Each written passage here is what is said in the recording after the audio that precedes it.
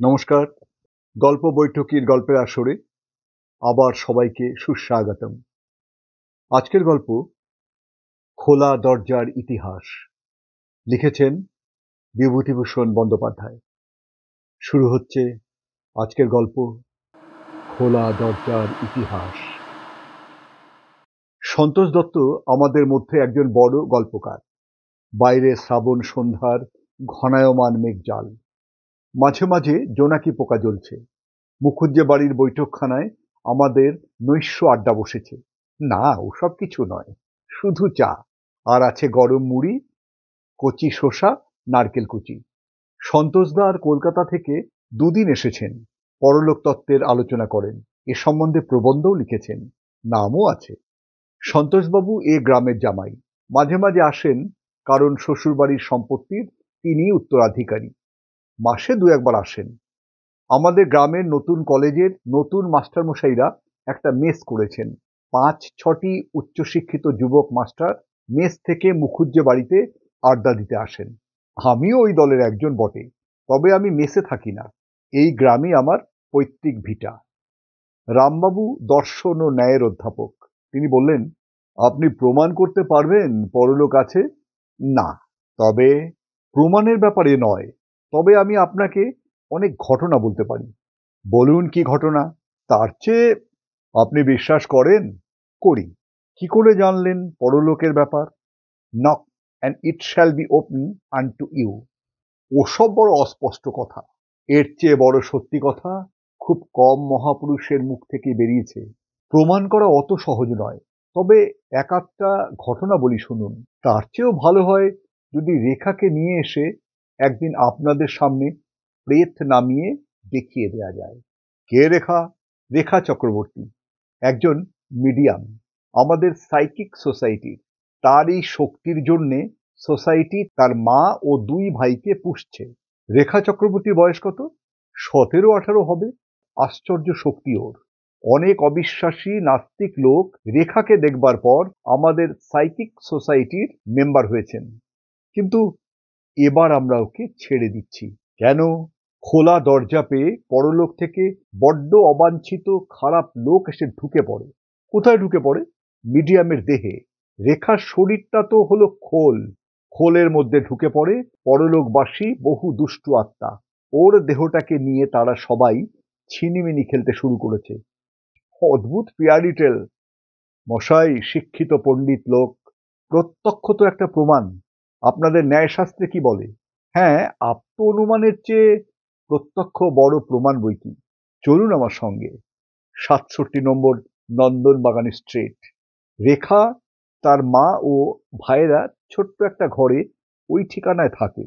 বড্ড গরিব, কিন্তু সাইকিক সোসাইটি খেতে পড়তে দিচ্ছে বলে একটা মেয়ে তার সবকিছু বিসর্জন করতে পারে না।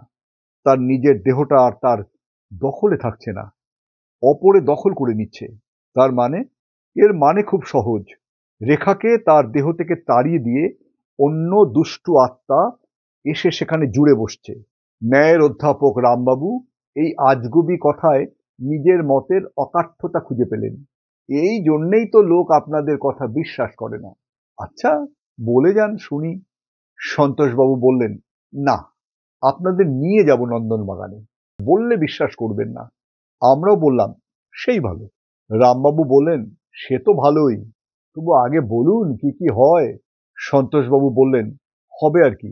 সেই দিন রেখার মা বসে আছে। রেখা গিয়ে বললে, দিদি, আমার শ্রাদ্ধটা পর্যন্ত তোমরা করলে না। আমার জন্য গয়ায় গিয়ে পিণ্ডদান করো, তোমাদের ভালো হবে। ওর মা বললে, কে তুমি? আমি পারুল, হেমনগরের পারুল। তুই তো অনেকদিন মরে গিয়েছিস পারুল। গিয়েছিটাই কি, রোজ তোমাদের বাড়ি আসি, হেমনগরে যাই, সোদপুরে বড়দির শ্বশুর বাড়ি যাই, মনের গতিতে যাতায়াত করি, কোনো কষ্ট নেই। কিন্তু উপরে উঠতে পারি না, পৃথিবী যেন টেনে রেখেছে। পিণ্ডদান করলে পৃথিবীর বন্ধন কাটিয়ে চলে যাব। আমি চলি দিদি। একটা হিন্দুস্থানি মেয়ে রেখার দেহে ঢুকবে বলে ঘুরঘুর করছিল। আমি তাকে তাড়িয়ে দিয়েছি। কে সে? বস্তিতে আসতো, চরিত্র ভালো না, আত্মহত্যা করেছিল কি জন্যে, এখন কষ্ট পাচ্ছে। এখানে দার্শনিক রামবাবু প্রশ্ন করলেন, দাঁড়ান মশাই, একটা মস্ত বড় ফাঁক রয়ে গেল। চরিত্র ভালো ছিল না এ কথাটার মানে কি? কোন স্ট্যান্ডার্ডে পরলোকে চরিত্রের সুকু নির্ধারিত হয়ে থাকে? এটার উত্তর চাই। সন্তোষ দত্ত বললেন, নিজের মনই পরলোকে নিজের বিচারক। কেউ বাইরে থেকে কিছু করে না। উইল ইজ দ্য কি। পরলোকের একটা মস্ত বড় সত্য। কিন্তু এসব তত্ত্ব কথা থাক, গল্পটা বলি। রেখার মধ্যে মাঝে মাঝে দুষ্টু আত্মারা ঢুকে পড়ে। তারা হিন্দিতে, ওড়িয়াতে, বাংলাতে গালাগালি দেয়, কারণ সব জাতির আত্মা ওর মধ্যে আছে। সেদিন একটি ফিরিঙ্গি মেয়ে ওর দেহে অনেকক্ষণ অধিকার করে বসে থাকলো। তার বাড়ি ছিল নাকি পার্ক সার্কাস। রেখা কোনো কালে ইংরেজি জানে না, অথচ গড় গড় করে ইংরাজি বলছে। রামবাবু অবিশ্বাসের সুরে বললেন, আপনি নিজে শুনেছেন? নিশ্চয়ই, না শুনলে বলি। শুধু তাই নয়, অনর্গল ওড়িয়া বলতে শুনেছি রেখাকে। কিন্তু এসবের চেয়েও আশ্চর্য এবং খুব খারাপ হলো, পরলোক থেকে নিম্ন শ্রেণীর দুষ্টু আত্মা তারা এসে কি করে, নানা রকম উপদ্রব করে।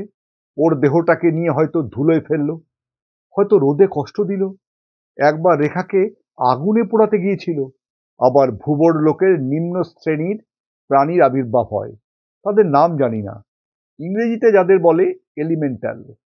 এরা ভয়ানক, হিংস্র এবং মানুষের ক্ষতি করার জন্য সবসময় উন্মুখ। তবে এরা কিছু করতে পারে না। স্থূল জগতে এদের দেহ অদৃশ্য। পৃথিবীর কোনো পদার্থ এদের স্পর্শ করবার কোনো ক্ষমতা নেই। বেশ আজগুবি গল্প হলো আজ বৃষ্টির দিন। আমার সঙ্গে যাবেন নন্দনবাগানে? যেতে পারি। প্রত্যক্ষ দেখুন না, দোষ কি? না, কিছু দোষ নেই, কালই চলুন। এর থেকে ঠিক 9 দিন পরে, জন্মাষ্টমীর ছুটির দিন, সন্ধ্যাবেলায় রামবাবুকে নিয়ে আমরা কজন নন্দনবাগান স্ট্রিটে রেখাদের বাড়িতে গেলাম। রেখাদের বাড়ি এদিন যা ঘটনা ঘটল, প্রেততত্ত্ব চর্চার ইতিহাসে এরকম ঘটনা আর কোথাও ঘটেছে বলে আমার জানা নেই। রেখাদের বাড়িটার একটু বিবরণ দেওয়া যাক। একটা পাশের দরজা দিয়ে ওদের বাড়ি ঢুকেই সামনে একটা রোয়াক। রোয়াকের সামনে দুখানা দক্ষিণমুখী বড় ঘর, পেছনে একটা ছোট ঘর। ছোট ঘরের পেছনে ছোট্ট একটা বারান্দা। আগে এখানে হয়তো রান্না হতো, উনুন পাতা আছে। বর্তমানে এখানে কয়েকটা ফুলের টব আর রেখার ছোট ভাইয়ের একখানা ট্রাইসাইকেল থাকে। রেখা আমাদের চা এনে দিল। সন্তোষবাবু বললেন, আজ আমাদের বন্ধু রামলাল চক্রবর্তী এখানে এসেছেন, ওকে একটু দেখাতে হবে। রেখা মেয়েটি শ্যামবর্ণ, একহারা, বেশ সুশ্রী, গলার সুর বীণার ঝংকারের মতো মিষ্টি, বড় বড় চোখ, চোখের দৃষ্টি অতি নিরীহ, যেন বোবার মতো। ওর সৌন্দর্য অনেকটা ব্যাঘাত করেছে ওই নির্বোধের মতো চোখের দৃষ্টির দরুন। রেখা বললে, আজ কদিন থেকে ভয়ানক অত্যাচার আরম্ভ করেছে কি একটা, মানুষ কি জানো আর বুঝতে পারছি না, বোধহয় আজও আসবে, আমার বড় ভয় করে। সন্ধ্যার পর রেখার মা আমাদের নিয়ে গেলেন সেই ছোট্ট ঘরটাতে। ধুনো দেয়া হলো ঘরে, ফুল দিয়ে সাজানো হলো। আমরা সবাই গিয়ে একটা টেবিলের চারপাশে বসলাম। ঘর অন্ধকার করা হলো। রেখার মা বললেন, বাবা একখানা রেকর্ড চালাও। গ্রামোফোনে একটা সানাই বাজানো হলো। একটা ক্ষীণ সুর শোনা গেল ঘরের কোণ থেকে, কে যেন কি বলছে। সন্তোষবাবু বললেন, কে? ক্ষীণ সুর, মেয়েলি কণ্ঠে বললে, আজ আপনারা রেখাকে সার্কেলে বসতে দিবেন না। কেন? আপনি কে? আমি রেখার পিসি নিরোধবালা। আজও শরীরটা তত ভালো নেই, অনেকগুলো বাজে লোক অপেক্ষা করছে ওর দেহের মধ্যে প্রবেশ করবার জন্য। এখনো আছে নাকি? আর কোনো শব্দ শোনা গেল না। খানিকটা সময় কেটে গেল। অন্ধকারে যেন ঘরের বাতাস ভারী হয়ে উঠছে। রেখা চক্রবর্তীর কোনো সারা শব্দ নেই, মাঝে মাঝে ওর নাক ডাকার শব্দ ছাড়া। কিছুক্ষণ পরে নিদ্রিতা রেখার মুখ দিয়ে আবার কে একজন গম্ভীর সুরে বলল, মালতী, ও মালতী, মালতী, ও মালতী। সন্তোষবাবু বললেন, কে আপনি? মালতী আজ এখানে আসেনি। আমি তার স্বামী, এলে বলবেন তার খোঁজ করেছি। আজ মিডিয়ামকে উঠিয়ে দিন, আজ মিডিয়ামকে উঠিয়ে দিন। আজ বড় বিপদ, আজ মিডিয়ামকে উঠিয়ে দিন, আজ বড় বিপদ। রেখা আবার ঘুমিয়ে পড়ল। আর কোনো কথা তার মুখ দিয়ে বেরোলো না। রাত ক্রমে বেশি হলো। আর কেউ আসে না। আধ ঘন্টা কেটে গেল। আমরা ভাবছি আজ এই পর্যন্ত থাক। হঠাৎ পিছনের ছোট্ট ঘরটাতে একটা কি শব্দ শোনা গেল। খুব চাপা কি একটা শব্দ। ঘরের বাতাস আবার ভারী ঠান্ডা হয়ে উঠল। প্রত্যেকবার পরলোকের কোনো মানুষ আসার সময় ঘরের বাতাস নাকি এমন ঠান্ডা হয়। এবার যে ঘটনা ঘটল তা আমার দিক থেকে বলি। সেই অন্ধকারে অন্য লোকেদের কি হচ্ছে তা জানবার উপায় ছিল না আমার।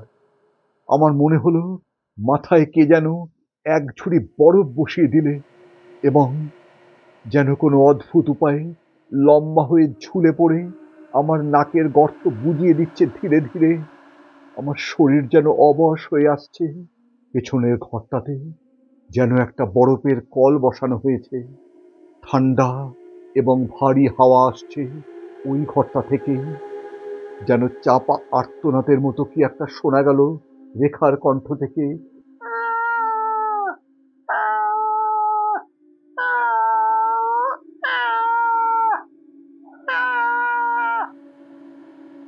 আবার পেছনের ঘরে কি যেন একটা কল বসেছে। কোনো শব্দ নেই, কিছু দেখা যাচ্ছে না সে ঘরে। অথচ মনে হচ্ছে কাণ্ড কারখানার আয়োজন ও মাল মশলা তৈরি হচ্ছে ওই ছোট্ট পেছনের ঘরে। হঠাৎ সন্তোষবাবু বলে উঠলেন, ঘরের আলো জ্বেলে দিন, ঘরের আলো জ্বেলে দিন, আলো জ্বেলে দিন। ওই দেখুন, ওই দেখুন কি। আমি কি দেখলাম? ঘরের দেওয়ালে বিরাট কালো ছায়া, দেখতে গায়ের দাঁতের মতো, ঠিক যেন মানুষের গায়ের দাঁত অথবা বাঁশ গাছের গায়ে বর্ষাকালে যেমন কানচটা নাক ছত্রাক গজায়, অনেকটা সেই রকম দেখতে। তবে সেটা রবারের ফুঁ দেওয়া বেলুনের মতোই ক্রমবর্ধমান। ভীষণ ঠান্ডা হাওয়া, হিম যেন বরফ। আমার চৈতন্য লুপ্ত হয়ে আসছে। আমি ঠিক জানি না কি হচ্ছে। কোথাও কোথাও যেন নিস্তব্ধ ঘন অরণ্যের মধ্যে মহা এক জন্তু বা দানব লোকালয়কে ধ্বংস করবার সাধনায় মগ্ন। সেটা বোবা দানব। মুখে ভাষা নেই তার, মুখ বোধহয় নেই, দৃষ্টি হয়তো আছে নগ্ন হিংস্রতার, কিন্তু চোখ নেই। যে জিনিসটা কোনো মানুষ বা ছবিতে আঁকা দানব ভূত প্রেতের মতো আদৌ নয়, মোটেই নয়। সেটা একটা ক্রমবর্ধমান ব্যাঙের ছাতার মতো কিংবা গায়ের দাঁতের মতো বড়, বাড়ছে, বাড়ছে, ক্রমশ বেড়েই চলেছে। চওড়া হচ্ছে ডান দিকে, বাঁদিকে, সব দিকে বেড়ে যেন গ্রাস করে ফেলবে। দাঁত ছড়িয়ে পড়বে সারা ঘরের গা বেয়ে, ঘরের মানুষগুলোর গা বেয়ে। ঘন কৃষ্ণবর্ণের দাঁত রবারের বেলুনের মতো ফেঁপে ফুলে ক্রমশ বড় হচ্ছে। অথচ ভয়ানক, হিংস্র, উগ্র, ক্রূর, নির্মম, বুদ্ধিহীন ধ্বংসের করাল দূত। কারো নিস্তার পার উপায় নেই ওর হাত থেকে। একটা আর্তচিৎকার শোনা গেল যেন ঘরে। আমি যেন দেখলাম পিছনের ছোট্ট ঘরটা সেই বিরাট কালো ব্যাঙের ছাতা বা দাঁতে ভরে গিয়েছে। ঘরের দেওয়ালও দাঁতটাকে ভেদ করে ওই জিনিসটা চারিদিকে ছড়িয়ে পড়বে। কালো, ভীষণ ঠান্ডা, কানচটা দাঁত ছড়িয়ে পড়ছে। আমি স্পষ্ট অনুভব করলাম আমার মাথা থেকে সেই নরম মোমের মতো জিনিসটা বেড়ে নেমে ঝুলে পড়ে আমার চোখ ও নাক বুজিয়ে দিচ্ছে। আমি কথা বলতে পারছি না, নিঃশ্বাস নিতে পারছি না। কোথাও যেন ঢং ঢং করে 10টা বাজছে। আমি শুনে চলেছি 1, 2, 3, 4, 5, 6, 7। তারপর আমার আর জ্ঞান ছিল না। যখন জ্ঞান হলো তখন রাত্রি, কিন্তু ঘর অন্ধকার নয়। শেষ রাতের চাঁদের আলো জানলা দিয়ে এসে পড়েছে ঘরে। যে যার চেয়ারে অসাড় হয়ে হেলে পড়ে আছে। রেখা চক্রবর্তীও অজ্ঞান হয়ে হাত পা এলিয়ে চেয়ারে কাত হয়ে পড়ে আছে। কেবল সন্তোষ দত্ত নেই ঘরের ভিতর। আমি খানিকটা বোঝবার চেষ্টা করলাম কি ঘটেছিল। তারপর সব মনে পড়ল। সেই ভীষণ দাঁত কোথায়? রেখা চক্রবর্তী মিডিয়ামের বাড়িতে সার্কেল বসেছিল আজ সন্ধ্যার সময়। ঘর তখন ঘুটঘুটে অন্ধকার ছিল। এখন চাঁদের আলোয় খানিকটা অন্ধকার দূর হয়েছে। ঘর দেখে মনে হলো এখানে যেন একটা নিষ্ঠুর হত্যাকাণ্ড হয়ে গিয়েছে। মোটরের শব্দ উঠল বাইরে। একটু পরে সন্তোষ দত্ত ঘরে ঢুকলেন, ওর সঙ্গে একজন ডাক্তার। সব লোকের জ্ঞান ফিরলেও রামবাবুর প্রাণ অনেকক্ষণ দেহ ছেড়ে চলে গিয়েছে। ডাক্তার পরীক্ষা করে মত দিলেন শ্বাস বন্ধ হয়ে মৃত্যু। সারা মুখ কালো হয়ে গিয়েছে, জিভ বেরিয়ে পড়েছে একদিকে, চোখ ঠিকরে বেরোচ্ছে। পুলিশ এলো, হৈ হৈ হলো। রামবাবুর সব পরীক্ষা করা হলো।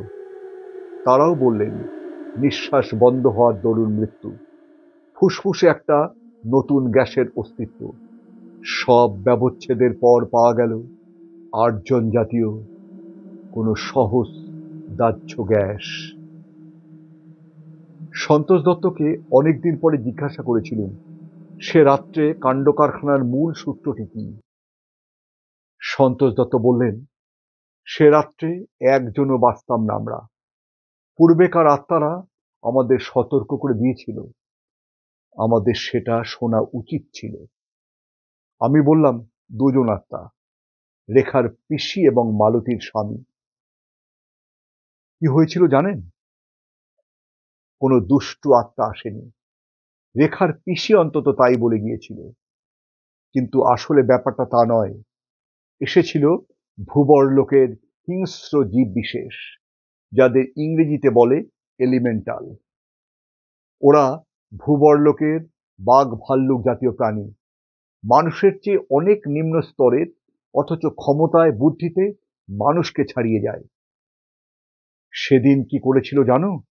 ওটা আমাদের সকলের শরীর থেকে স্থূল উপাদান সংগ্রহ করে এলিমেন্টালটা সেই ছোট্ট ঘরটাতে নিজের অদৃশ্য দেহটাকে স্থূল জাতের উপযুক্ত করে তুলেছিল। অন্ধকার ঘর ল্যাবরেটরি হিসাবে ব্যবহার করেছিল। তা তখন কি জানি, জানলে খুব সহজেই তাড়াতে পারা যেত। আমি কৌতূহলের সুরে প্রশ্ন করলাম কিভাবে? খুব সহজে, বলুনই না আপনি।